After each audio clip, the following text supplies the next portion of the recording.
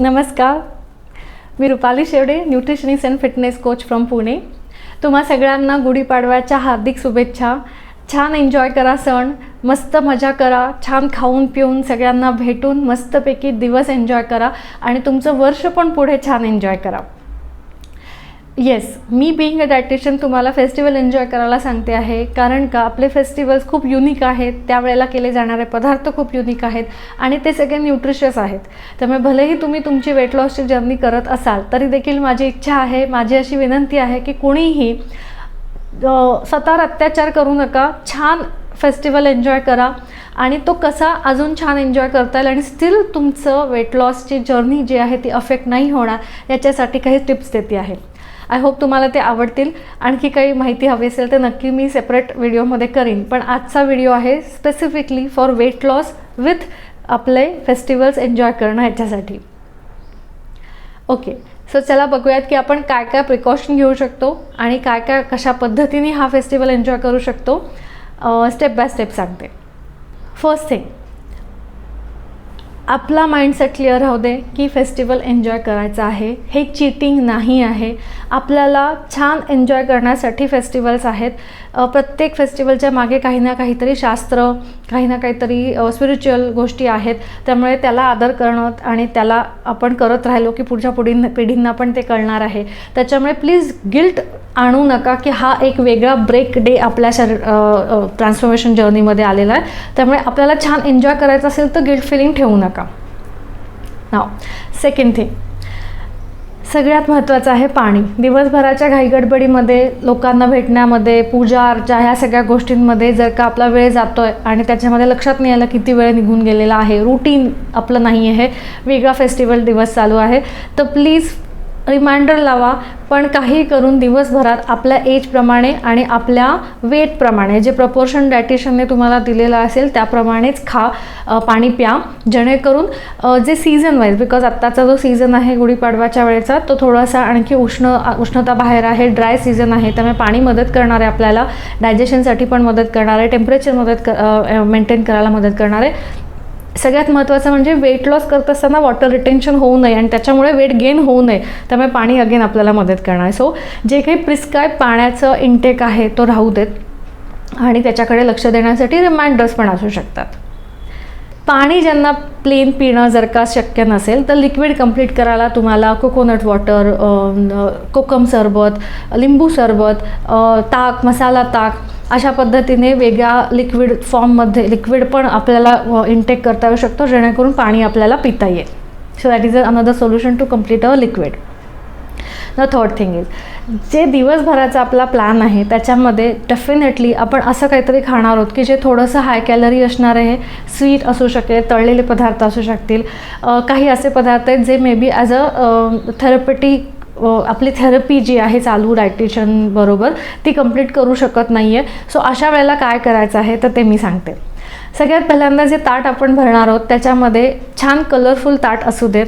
जे काही पुरणाचं नैवेद्य असेल किंवा गोड काही केलेलं असेल तर त्याला मना नाही आहे. ज्यांना डायबिटीस आहे किंवा ज्यांचा स्पेसिफिक कॅलरी मॅनेजमेंटकडे लक्ष, त्यांनी थोडंसं का होईना क्वांटिटी कमी करून का होईना पण ते गोड खाणं जे आहे ते अवॉइड नाही करायचं आहे.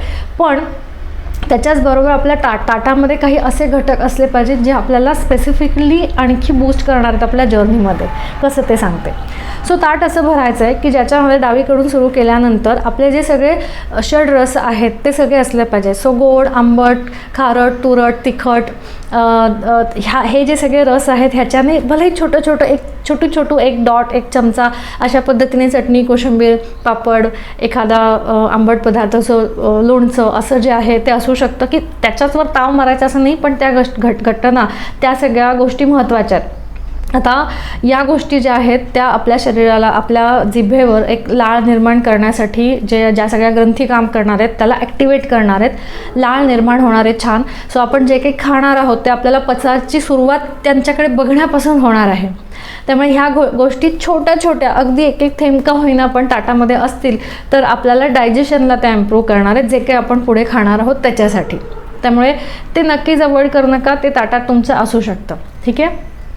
नाव जे मेन पदार्थ आहे त्याच्यामध्ये गोड तर असणारच आहे, त्याच्याचबरोबर एक शिजलेली भाजी, एक कच्ची ज्याला आपण सॅलड असं म्हणतो त्या स्वरूपातली भाजी, डाळ ज्याच्यामध्ये आपल्याला प्रोटीन कंप्लीट होईल. सो उसळी असू शकते, डाळी असू शकते, पनीरचं काही जर भाजी केलेली असेल तर ते पण असू शकते. जर ताक किंवा आमटी जसं की कढी असं केलं असेल तर तेही असू शकतं, जेणेकरून प्रोटीनचा पोर्शन कंप्लीट होईल. आणि कार्ब्समध्ये मे बी पुरणपोळी असू शकेल, साधी पोळी असू शकेल, चपाती, पराठा किंवा राईसचा आयटम असू शकेल. पोट भरण्यासाठी जर वरण भाताची मूद असेल तर ती मूद म्हणूनच राहते, जशी आपण नैवेद्याला ठेवतो, सो ती मध्ये राहू शकते. सो पूर्ण ताट जे आहे ते कलरफुल भाज्या, कलरफुल पदार्थ, काही कच्चे, काही शिजलेले, आणि ह्या सगळ्यात आपल्याला मेजर जे मॅक्रोन्यूट्रिएंट ते कंप्लीट करायचे आहेत. सो जी थाळी आपली बनणार आहे ना ती परिपूर्ण असणार आहे, ती बॅलन्स असणार आहे. फक्त कुठल्याही गोष्टीचा आपल्याला अतिरेक करायचा नाही आहे, अति कमी पण नाही खायचं आणि अति जास्त पण नाही खायचं, बॅलन्स खायचं आहे आपल्या रिक्वायरमेंटप्रमाणे. चवीने खा, मस्त एन्जॉय करा आणि छान मला फोटो पाठवा की तुमचा गुढीपाडवा तुम्ही कसा साजरा करता आणि काय खास मेनू केलेला आहे. मला उत्सुकता आहे तुमचं ताट बघण्यामध्ये. अगेन दुपारचं जेवण जर आपलं अशा पद्धतीने हेवी झालेलं असेल तर सकाळचा नाश्ता थोडासा आपण अशा लाईट कॅलरीजवाला, म्हणजे जो पचायला थोडासा हलका आहे आणि स्टील त्याच्याने आपल्या कॅलरीजचा गडबड नाही होणार आहे असं करू शकतो. सो त्याच्यासाठी ऑप्शन आहेत की आपण उपमा, पोहे, इडली, नाहीतर फळं जे आहेत, फळं आणि नट्स असं कॉम्बिनेशन, किंवा स्मूदीज जर का स्पेसिफिकली आपण जसं की पालकची स्मूदी, पोमेग्रेनेट स्मूदी असं जर का घेत असू तर तेही घेऊ शकतो. म्हणजे मग दुपारी छान भूक पण लागेल आणि ते पचायला पण मदत होईल. इव्हनिंगला जे मिड इव्हनिंग आहे त्यावेळेला पुन्हा हेवी काही न खाता again you can have simple fruit or salad किंवा ताक घेऊ शकता, म्हणजे ते पचायला आणखी मदत होईल. आणि रात्रीचं जे जेवण आहे ते मात्र तुम्ही हलकं आणखी घेऊ शकता. सो दाल खिचडी घेऊ शकता सॅलड आणि कढीबरोबर. अदरवाईज मिक्स सॅलड घेऊ शकता, मुगाचं सूप असू शकतं, पालकचं सूप असू शकतं, पालक जिंजर सूप, की जे रात्रीला थोडंसं तुम्हाला आणखी हलकं राहील. सो दॅट दुपारी जर का थोडंसं हेवी खाणार असं वाटत असेल तर रात्रीच्या खाण्याच्या वेळेला ते आपलं बॅलन्स आउट होईल. So this is the plan you can follow and still can enjoy your festival, still can enjoy the festive food and still you get a right really awesome transformation result. This is how actually I work with my members. ठीक आहे. So with my proven result, जे हजारो लोकांबरोबर मी काम केलं आहे त्यांच्या बेसिसवर मी सांगू शकते की हे मेथड तुम्हाला नक्की काम करेल. अनदर ऑप्शन, जर का थोडंसं खाल्लं गेलं आहे, आणखी कुठे मित्रांना भेटणं झालं आहे किंवा आणखी थोडंसं बाहेरचं खाणं होतं आहे असं जर का वाटत असेल तर अनदर ऑप्शन इज की next 2 days you can follow the detox plan, जो कम्पॅरेटिव्हली कमी कॅलरीजचा असेल. हा एक ऑप्शन आहे. किंवा पूर्ण आठवडाभर you can follow the fix exercise routine, की ज्याच्यामध्ये डेली बेसिसवर तुम्ही जेवढं एक्सरसाइज करता त्याच्यापेक्षा थोडंसं एक्स्ट्रा केलं आहे आणि एक्स्ट्रा कॅलरी बर्निंगसाठी तुम्हाला मदत झाली आहे.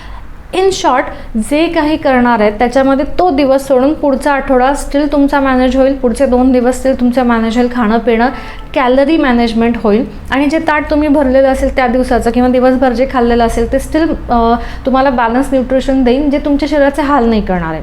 सो भले ती बासुंदी असो, पुरणपोळी असो, श्रीखंड, चक्का असो किंवा आणखी कुठलंही ऑप्शन असो, त्या सगळ्यामध्ये अच्छेसे चांगलेसे न्यूट्रिएंट आहेत. म्हणजे इनफॅक्ट जर का मी तुम्हाला सांगितलं की एक वाटी साधारण 90 ते 100 ml जर का तुमची बासुंदीची असेल तर त्याच्यातसुद्धा तुम्हाला जवळजवळ 9 ग्रॅमचं प्रोटीन मिळणार आहे.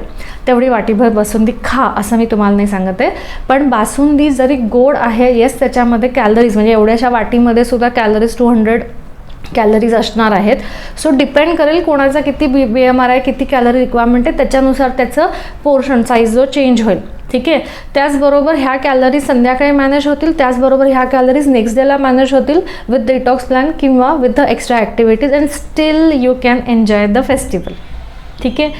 सो आय होप तुम्हाला हे टिप्स आवडले असतील. अजून काही क्वेरी असतील तर कमेंटमध्ये नक्की लिहा, मला सेपरेट मेसेज टाकू शकता, मी आणखी असे व्हिडिओज तुम्हाला देऊ शकते. अँड सगळ्यांना पुन्हा एकदा गुढीपाडव्याच्या हार्दिक शुभेच्छा. थँक्यू.